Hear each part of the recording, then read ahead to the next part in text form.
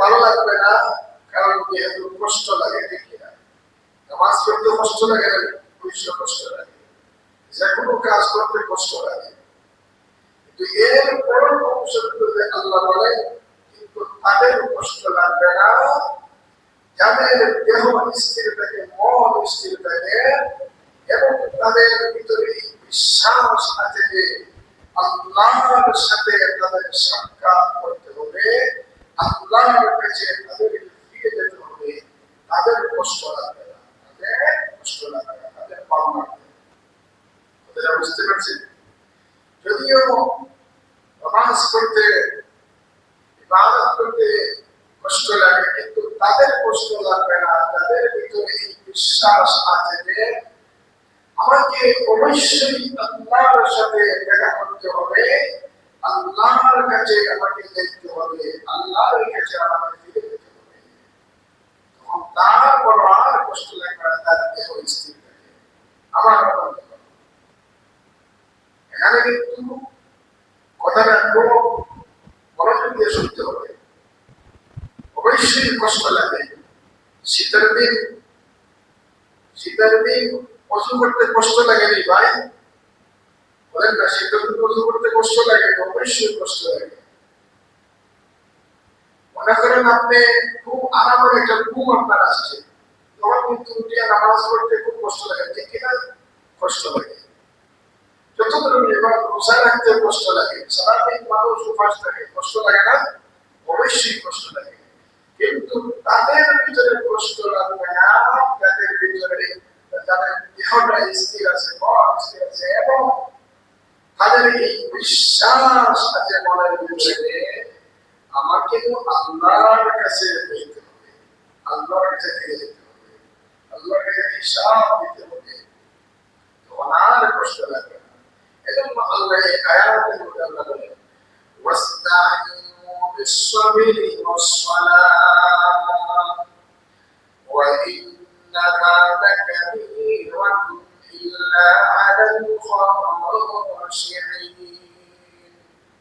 আল্লাহ সুবহানাহু ওয়া তাআলা বলেন তোমরা নামাজ পড়তে মাধ্যমে আল্লাহর সহযোগিতা চাও। নামাজ পড়তে তোমাদের উপর অনেক মুসিবত আসতে পারে, তোমরা ধৈর্য ধারণ করো, তোমরা ধৈর্য ধারণ করিও, নামাজ পড়ো, নামাজ এবং ধৈর্যের মাধ্যমে আল্লাহর সহযোগিতা চাও। অবশ্যই নামাজ পড়তে কষ্ট লাগে, ইবাদত করতে কষ্ট লাগে, কিন্তু যাদের ভিতরে এই আত্মবিশ্বাস আছে যে আল্লাহর কাছে আমাকে যেতে হবে, আল্লাযীনা ইয়াযুন্নুনা আন্নাহুম মুলাকু রাব্বিহিম ওয়া আন্নাহুম ইলাইহি রাজিউন। অবশ্যই আল্লাহর সাথে আমাকে দেখা করতে হবে, আল্লাহর সাথে আমাকে সাক্ষাৎ করতে হবে, তার কাছে আমাকে ফিরে যেতে হবে,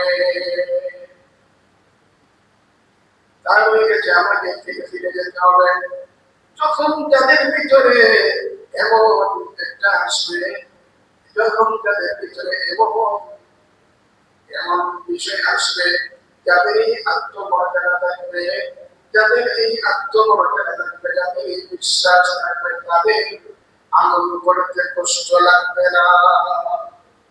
এখন আয়াতের দুইটা কথা আমরা পেলাম, দেহ স্থিরতা, মন স্থিরতা, হুজুর সাথে নামাজ, কিসের সাথে? হুজুর এবং খুশুর সাথে নামাজ পড়তে হবে, দেহ স্থির থাকতে হবে, মন স্থির থাকতে হবে। দেহ স্থির থাকবে কিভাবে?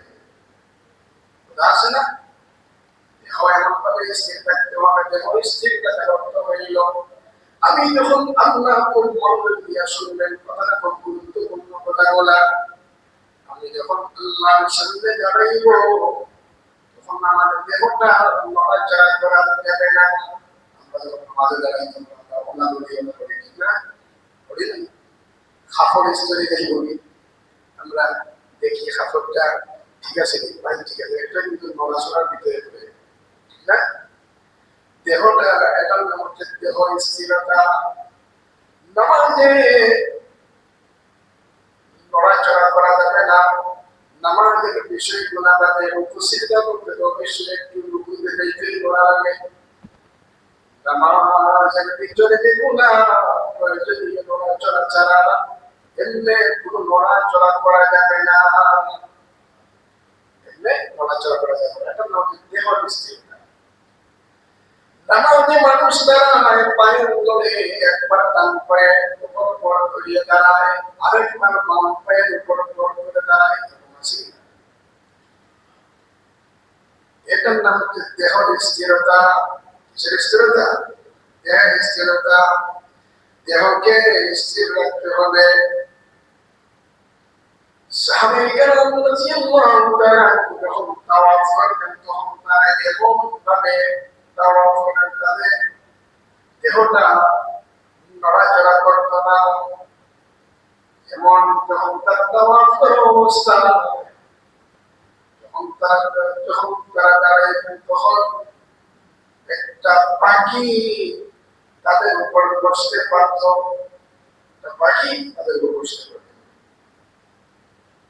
আল্লাহ লাহু মুসলিমুন, তারা এমন স্থিরভাবে তাওয়াফ করতেন, এমন স্থিরভাবে তাওয়াফ করতেন, তাদের উপর দাঁড়ানো অবস্থায় একটা পাখি তাদের উপর দাঁড়াইতে পারত। এমন স্থির হয়ে তাওয়াফ করতেন, একটা পাখি দাঁড়াইতে পারত। বলেন না সুবহানাল্লাহ।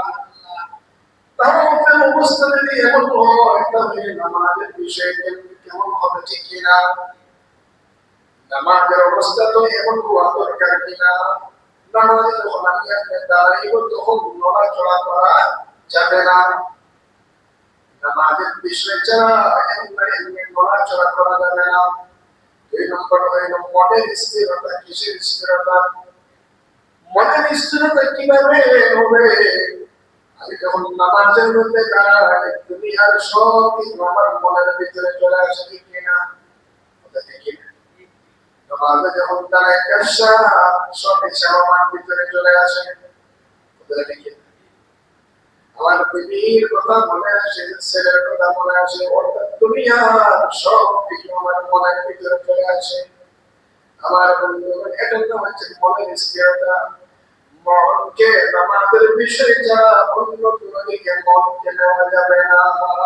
নামাজের বিষয় ছাড়া অন্য কোনো দিকে মনকে নেওয়া যাবে না। আমরা এমন ভাবে নামাজ পড়ি, আমরা যখন নামাজে দাঁড়াই, নামাজ পড়ার পর খুব সূরা দিয়ে আমি নামাজ পড়ছি তাও আমার মনে থাকে না, কোন সূরা দিয়ে নামাজ পড়ছি সেটা জিজ্ঞাসা করে পাই আপনি কিভাবে নামাজ পড়লেন, কোন সূরা দিয়ে নামাজ পড়লেন? পড়ছি জানি না, পড়ছি কি দিয়ে পড়ছেন জানি না। এমন নামাজ কয় রাকাত নামাজ পড়েছি তাও কিন্তু আমার মনে থাকে না। কথাটা ঠিকই না, বলেন? এখন কিভাবে মনটা স্থির করা যায়? কিভাবে নামাজের এই সূরাগুলা কি দিয়া পড়ছি, কিভাবে মনটা স্থির? আমাকে আমার করণীয় হইল আমি যখন নামাজ পড়বো, নামাজ পড়ার আগে কোন কোন সূরা দিয়ে নামাজ পড়বো ওটা আমি আগে নির্ধারণ করবো। যদি আমি নির্ধারণ করি তাহলে নামাজের রাকাতে আমার বেড়া লাগবে না, নামাজের রাকাতে আমার বেড়া লাগবে না। আমরা এমন নামাজ পড়ি এবার আমাদের সূরা কেরাত শুদ্ধ নাই। আমরা যে দুনিয়াতে আল্লাহ রাব্বুল আলামিন আমাদেরকে দিয়েছেন, আমরা শুধু খাওয়া দাওয়া ফুর্তি করার জন্য দিয়েছেন নি, খাওয়া দাওয়ার জন্য দিয়েছেন নি। আমরা এখন মুসলমান, নামাজ পড়তে হবে, যে নামাজের মধ্যে যে সূরা কেরাত শুদ্ধ করতে হবে তাও আমি জানি না। কেমন মুসলমান, ঠিক না? এরকম মুসলমান আছে না আমাদের সমাজে? আমার বন্ধুগণ, নামাজে এমন মুসল্লি দেখা যায়, মাঝে মধ্যে অনেক মুসল্লিকে নাম বলেন আমাদেরকে, আমরাও দেখি অনেক সময় নামাজ পড়েন, রুকু সিজদা কোনো কিছু ঠিক না, রুকু ঠিক না, সিজদাও ঠিক না। এই রে মুসলমান, তোমার এই জীবনটা তুমি কিভাবে তুমি ব্যয় করলা? এখন যদি তুমি মরণ না হয় না, তোমার কি অবস্থা হবে একটু চিন্তা করে দেখো। এই মুসলমান নামাজ কিভাবে পড়ে তাও জানে না, এবং মুসলমান আমাদের সমাজে আছে কিনা।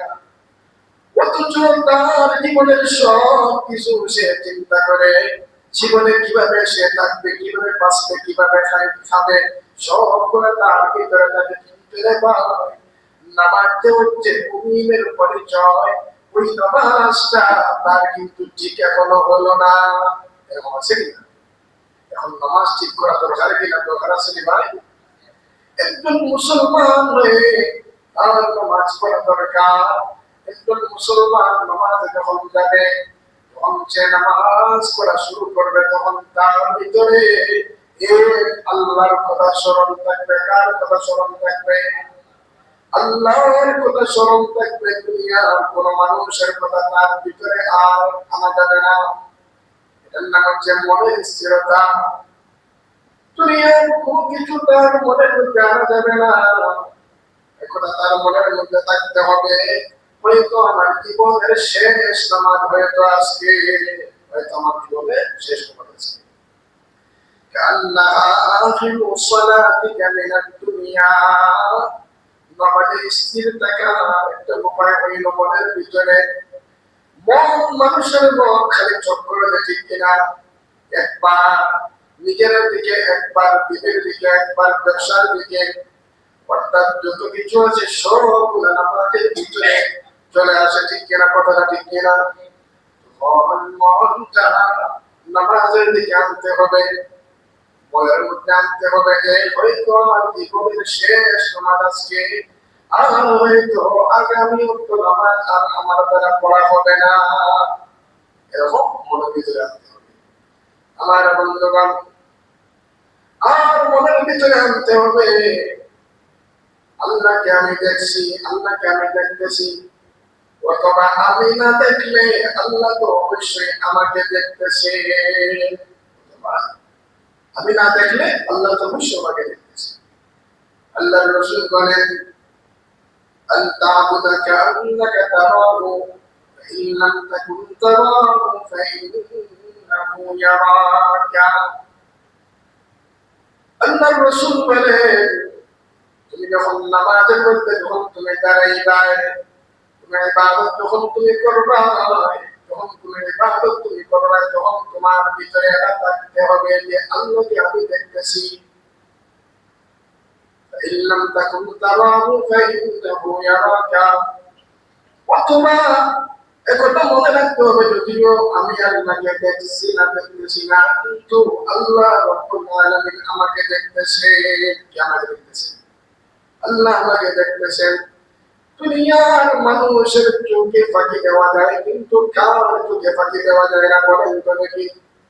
আল্লাহর চোখে ফাঁকি দেওয়া যায় না। দুনিয়ার মানুষের চোখে ফাঁকি দেওয়া যায়, কিন্তু আল্লাহর চোখে ফাঁকি দেওয়া যায় না। আমি যে নামাজের মধ্যে দাঁড়াইলাম, কাকে খুশি করার জন্য দাঁড়াইলাম।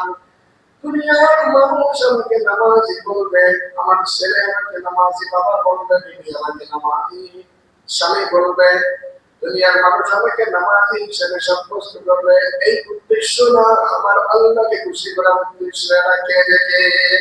আল্লাহ দেখে। সব সময় মনের ভিতরে এটা রাখতে হবে, আল্লাহ আমাকে দেখতেছেন। দুনিয়ার কোন মানুষ দেখুক অথবা না দেখুক, কে আমাকে দেখতেছেন? আল্লাহ আমাকে দেখতেছেন। আমার মনের ভিতরে চিন্তাও কিন্তু কে জানেন? আল্লাহ জানেন। আমি যে কুরবানি করব, আমি যে হজ করি, যাকাত করি, এটা উদ্দেশ্য কি? দুনিয়ার মানুষ দেখানো না, আল্লাহকে খুশি করা। এটা কিন্তু কে দেখেন? আল্লাহকে দেখেন। আল্লাহ কোরআনে কারিমে বলেন, আল্লাহু আলিমুন বিযাতিস সুদূর। আল্লাহ মনের বিষয় সম্পর্কে অবগত আছে। আমার মনে কি আছে? আমার মনে আমি যখন মানুষকে টাকা পয়সা দেই, ওই পয়সাটা আমি কোন উদ্দেশ্যে দিলাম? আমি যে আমার ফরজ আদায় করার নিয়তে দিলাম না। তুমি আর মানুষকে গরিবরা আমাকে বলবে টাকাওয়ালা, এটা উদ্দেশ্য না। আমার ফরজ আদায় করার উদ্দেশ্যে আমি দিতেছি টাকাগুলো, আবার টিয়া টাকা দিতেছি। কে জানেন? কে দেখতেছেন মনের খবর? আল্লাহ দেখতেছেন। আমি যে হজ্জে যাই, ওই হজ্জে যাওয়াটা কোন উদ্দেশ্যে আমি যাইতেছি? দেশ ভ্রমণ করার উদ্দেশ্য নেই, না মার্কেটিং করার উদ্দেশ্যে আমি হজ্জে যাচ্ছি। এই মনের খবরটা কে দেখেন? ছেলে বলে আল্লাহর নাম বলতে গেলে জেলাকে ভাই, এই মনের খবরটা কে দেখেন? আল্লাহ দেখেন। দুনিয়ার মানুষকে আমি টকতে পারি, কিন্তু আমি আল্লাহকে আমি টকতে পারবো না।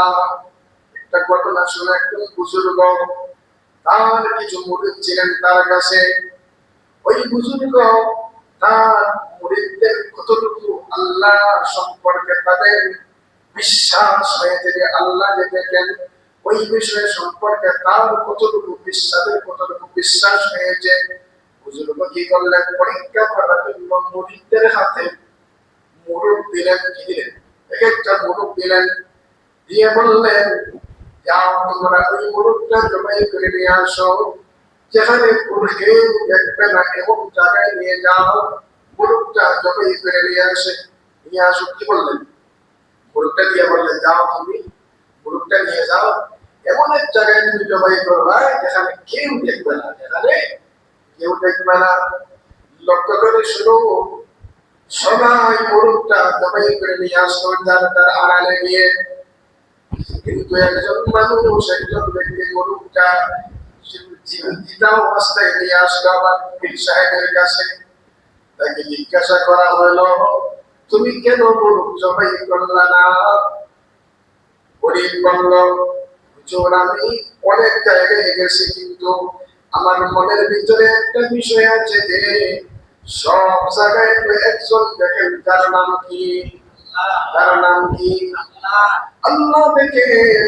আমি আল্লাহর চোখের আড়াল আমি কোন জায়গা পাই না, কিন্তু আমি মুরুখটাও জবাই করতে পারি না। সুবহানাল্লাহ বলবেন না? তখন পীর সাহেব বললেন, তুমি তুমি ঠিক হয়ে গেছো, তোমার অন্তর ঠিক হয়ে গেছে। তখন পীর সাহেব তাকে খেলাফতি দিয়ে দিলেন। সুবহানাল্লাহ বলবেন না?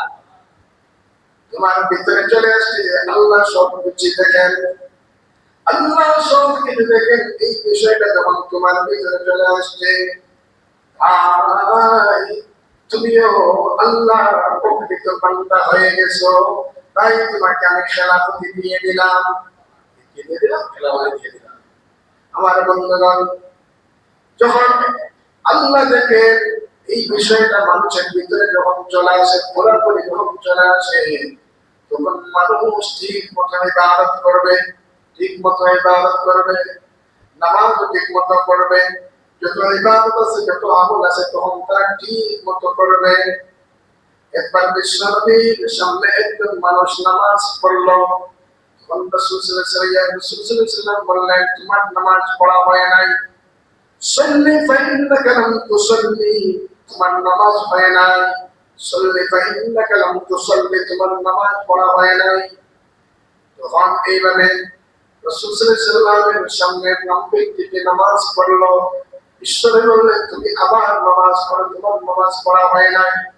তখন লোকটি আবার নামাজ পড়লো, তখন বললেন, তোমার নামাজ পড়া হয় নাই। তখন বিশ্বনবী তাকে নামাজ পড়া শিক্ষা দিলেন। এইভাবে তুমি নামাজ পড়ো, ধীর স্থির করে তুমি নামাজ পড়ো, বিশ্বনবী শিখাইয়া দিলেন। রাসূলের উম্মত ওয়া সাহাবী হযরত আবু যর গিফারী রাদিয়াল্লাহু তাআলা আনহু একটি riwayat আছে। এই গুরুত্বটা, ধীর স্থিরতার গুরুত্ব বোঝায়।